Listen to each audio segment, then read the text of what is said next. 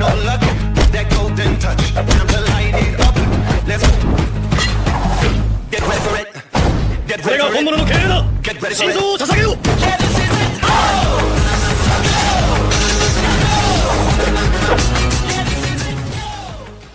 Episode के start में नामी और बाकी सब एक नए सफर में जा रहे होते हैं। इधर नामी एक न्यूज़पेपर उस सीगल से खरीद रही होती है और तभी वो सीगल को जा रही होती है क्योंकि उसके मालिक ने उस न्यूज़पेपर का दाम फिर से बढ़ा दिया होता है। उसके बाद नामी उस न्यूज़पेपर को पढ़ रही होती है और तभी अचानक उस न्यूज़पेपर से एक वांटेड पोस्टर बाहर निकलता है जिसे देखकर सभी लोग चिल्लाने लगते हैं। इधर दूसरी ओर हमें नेवी हेडक्वार्टर की ओर दिखाया जाता है जहां पर सब बड़े ऑफिसर एक जगह बैठे होते हैं। इधर वो ऑफिसर बोलता है, तो आज हम बात करने वाले हैं एक ऐसे पायलट के बारे में जो दिन पर दिन गवर्नमेंट के लिए डेंजरस होता जा रहा है। उस पायलट का नाम है स्ट्रॉ हैट लूफी, जिसने सबसे पहले बागी जिसके सर पर इनाम था 15 मिलियन बेरीज उसको हराया। उसके बाद उसने डॉन क्रीक को हराया और उसके बाद उसने आर्लोंग को हराया जिसके ऊपर 20 मिलियन बेरीज का इनाम था। इसने इतने डेंजरस लोगों को हराया है कि अब हम इसे नजरअंदाज नहीं कर सकते। इसीलिए इसे गवर्नमेंट का खतरा मानते हुए हम इसके ऊपर 30 मिलियन बेरीज का इनाम रख रहे हैं। हमें जितना जल्दी हो सके इसे पकड़कर खत्म कर देना चाहिए, नहीं तो क्या पता आगे चलकर यह हमारे लिए क्या मुसीबत पैदा कर दे। उसके बाद हम देखते हैं तो वो न्यूज एक हवा की तरह पूरे वर्ल्ड में फैल जाती है। लूफी को पोस्टर को देखकर काफी लोग बहुत ही खुश होते हैं, पर कुछ ऐसे लोग भी होते हैं जो उस पोस्टर को देखकर बहुत ही गुस्सा हो रहे होते हैं। इधर दूसरी ओर लूफी अपने पहला बाउंटी पाकर बहुत ही खुश हो रहा होता है। इधर तभी उस सब उन्हें बताता है कि उस पोस्टर में तो उसका भी फोटो है, जिसे देखकर सांजी थोड़ा उदास हो जाता है। इधर नामी ये सब देखकर बहुत ही डरने लगती है क्योंकि वह समझ जाती है कि यहाँ से आगे इनका सफर इतना आसान नहीं होने वाला। उसके बाद हमें उस लेफ्टिनेंट की तरफ दिखाया जाता है जहाँ पर वो एक जगह बैठकर अपने पास्ट के बारे में सोच रहा होता है कि तभी वहाँ पर एक ऑफिसर आकर लूफी का पोस्टर रखकर चले आता है। उस पोस्टर को देखते ही वो गुस्से से आग बबूला हो जाता है और उसका लक इतना अच्छा होता है कि उसी वक्त लूफी का शिप उसके शिप से कुछ दूरी पर ही जा रहा होता है। यह देखकर वो अपने शिप को रोकते हुए बोलता है, हे स्ट्रॉ हैट लूफी, क्या तुमने मुझे पहचाना? पहले तुम्हारे ऊपर कोई चार्जेस नहीं थे, इसलिए मैं तुम्हें अरेस्ट नहीं कर सकता था, पर अब है। और पता है इसके नीचे क्या लिखा है? डेड या अलाइव, मतलब मैं अब तुम्हें मार सकता हूँ। फायर!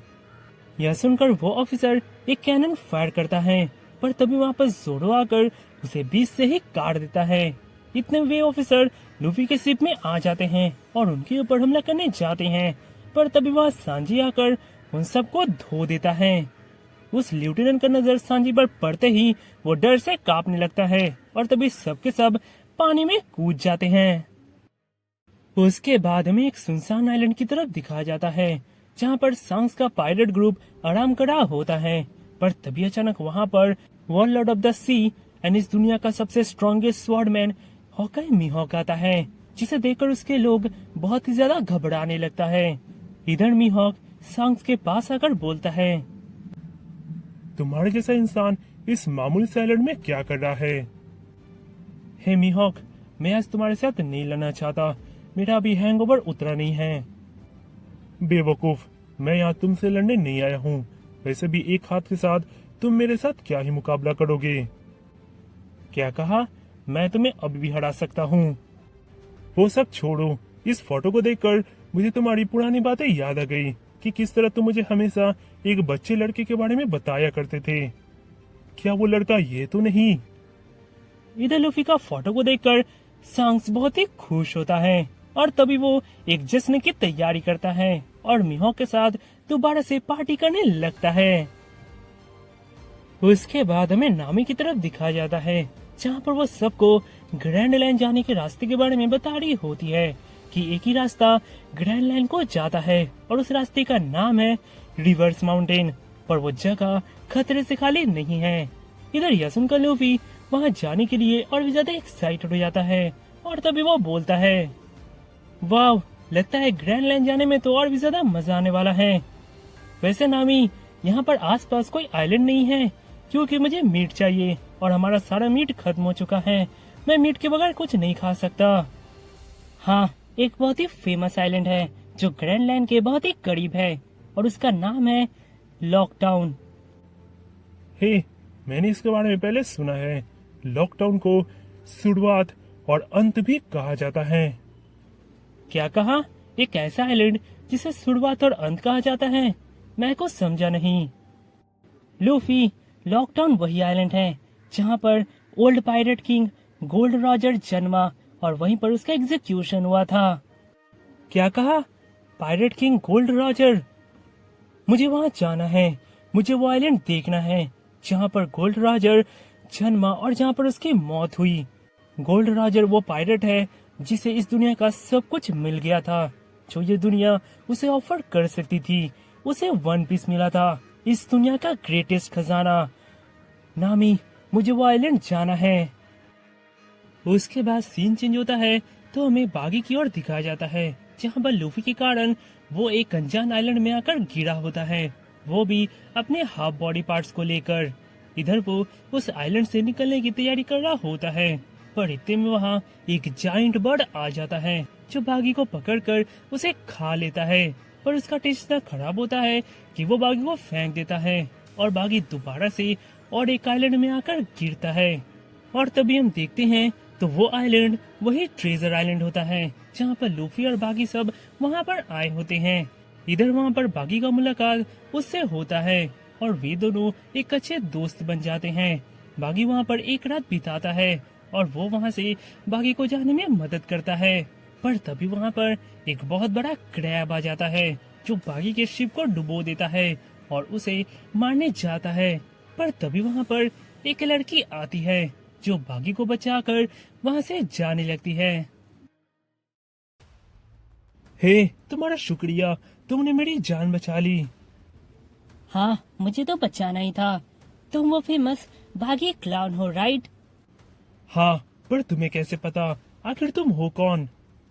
इन सब में क्या रखा है? क्या तुम इस लड़की को जानते हो? मुझे इसकी तलाश है। ये तो वही बास्टर्ड रबरमैन है, इसकी तलाश तो मुझे भी है। उसके बाद वो लड़की बागी को कुछ बोलती है जिसे सुनकर बागी उसके साथ काम करने के लिए हाथ मिला लेता है। उसके बाद हमें बागी की क्रू की ओर दिखाया जाता है जहाँ पर बागी के बहुत दिन से ना लौटने के कारण वे बागी को मरा हुआ समझ लेते हैं और उसका अंतिम संस्कार करके काबाजी और मोजी इस बात पर लड़ने लगते हैं कि अब इसके बाद बागी पायरेट का लीडर कौन बनेगा। ये लड़ाई लगभग 10 दिन तक चलती है और वे दोनों इसमें काफी ज्यादा थक जाते हैं, पर वे दोनों ही हार नहीं मानते हैं। इतने में वहाँ पर एक बहुत ही पुराना ट्राइब वहाँ पर आ जाता है जो उन सबको पीट कर उन्हें खाने जाता है। पर इतने में वहाँ बागी अपने लोगों को खोजते हुए वहाँ पर आ जाता है और तभी उसे उसका बॉडी पार्ट्स दोबारा से मिल जाता है। अपने बॉडी पार्ट्स को पाकर वो काफी ज्यादा खुश होता है और तभी वो कुछ झटके में ही उन पूरे ट्राइब को अकेले ही हरा देता है और वे सब दोबारा से स्ट्रॉ हैट लूफी के तलाश में निकल पड़ते हैं उससे बदला लेने के लिए। उसके बाद हमें लूफी और बाकी सब की ओर दिखाया जाता है जहाँ पर वे लॉकडाउन आइलैंड के काफी करीब आ जाते हैं। उस आइलैंड को देखकर सांजी बोलता है, ये तो काफी बड़ा आइलैंड है, लगता है मुझे यहाँ पर अच्छी चीजें मिल जाएंगी पकाने के लिए।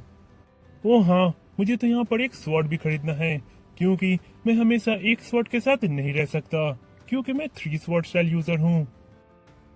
एक ऐसा आइलैंड जहाँ पर king of pirate gold Roger जन्मा और जहाँ पर उसका एग्जीक्यूशन हुआ। मुझे वो जगह देखनी है।